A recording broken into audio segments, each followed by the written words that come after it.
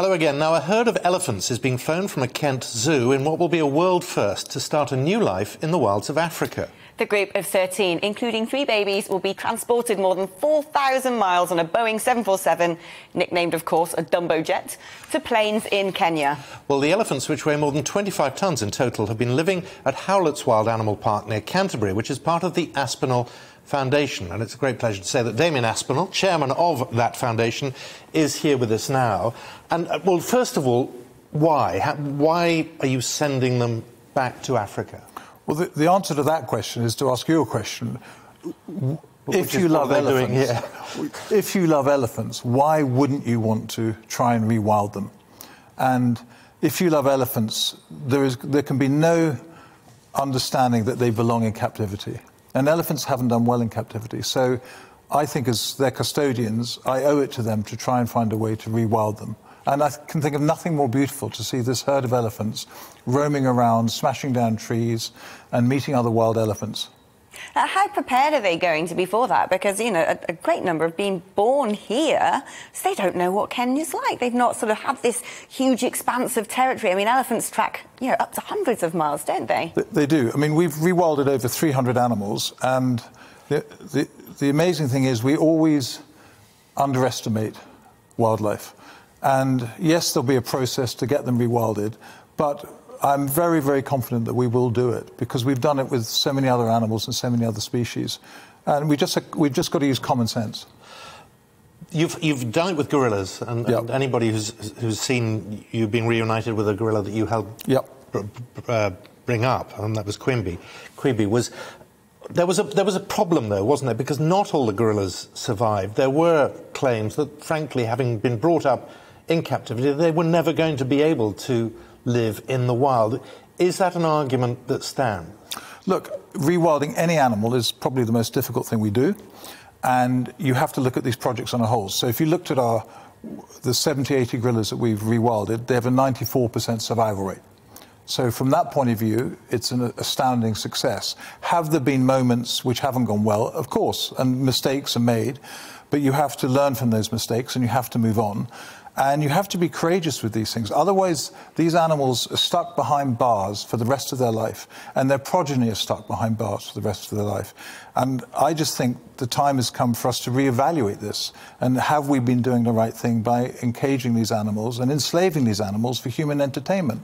And I think we have to look at ourselves honestly and say, can we do more? Can we do more? And should we be doing more? And accept that mistakes will be made, and we have to learn from those mistakes. I mean, there might be people out there who say, well, I'm never going to have the opportunity to go to somewhere like Kenya, to go on a safari, and actually having these incredible beasts, you know, accessible to young children who might be able to go up and, you know, touch, feel their skin and, you know, see what they're really like. I mean, does that not sort of get rid of an opportunity? Well, and people do think that, and I understand that, and I have sympathy for that. My own personal belief is that it's not correct that we can have an animal there just so our children can benefit from seeing that animal. And secondly, the argument doesn't really hold water with me because look at dinosaurs. Children are fascinated by dinosaurs. You get some of the cleverest people in the world studying paleontology and dinosaurs, and they don't need dinosaurs roaming around the gardens of Kent to become passionate about it and to educate themselves about it. So I don't buy into that. And I just think we've got to move on from this addiction of keeping animals in enclosures for the benefit of humans. A lot of people find that out because it's in your blood, isn't it? The idea of zoos and conservation in this country. But you now want zoos to close altogether. You don't want to see a zoo in this country. I think that over the next 25 to 35 years, I think it would be sensible to consider phasing out zoos because you've got to actually look at, are they really doing proper conservation? And the money that is spent on zoos, could that be spent in situ, you know, protecting elephants in the wild, protecting wolves in the wild, or gorillas in the wild? So I think we have to question this. I think we've just accepted it for too long. And yes, I have 2 wildlife parks and we breed fantastically well, but I'm looking at myself and asking myself difficult questions. Am I doing the right thing? The millions of pounds that we spend, could we be protecting the wild better?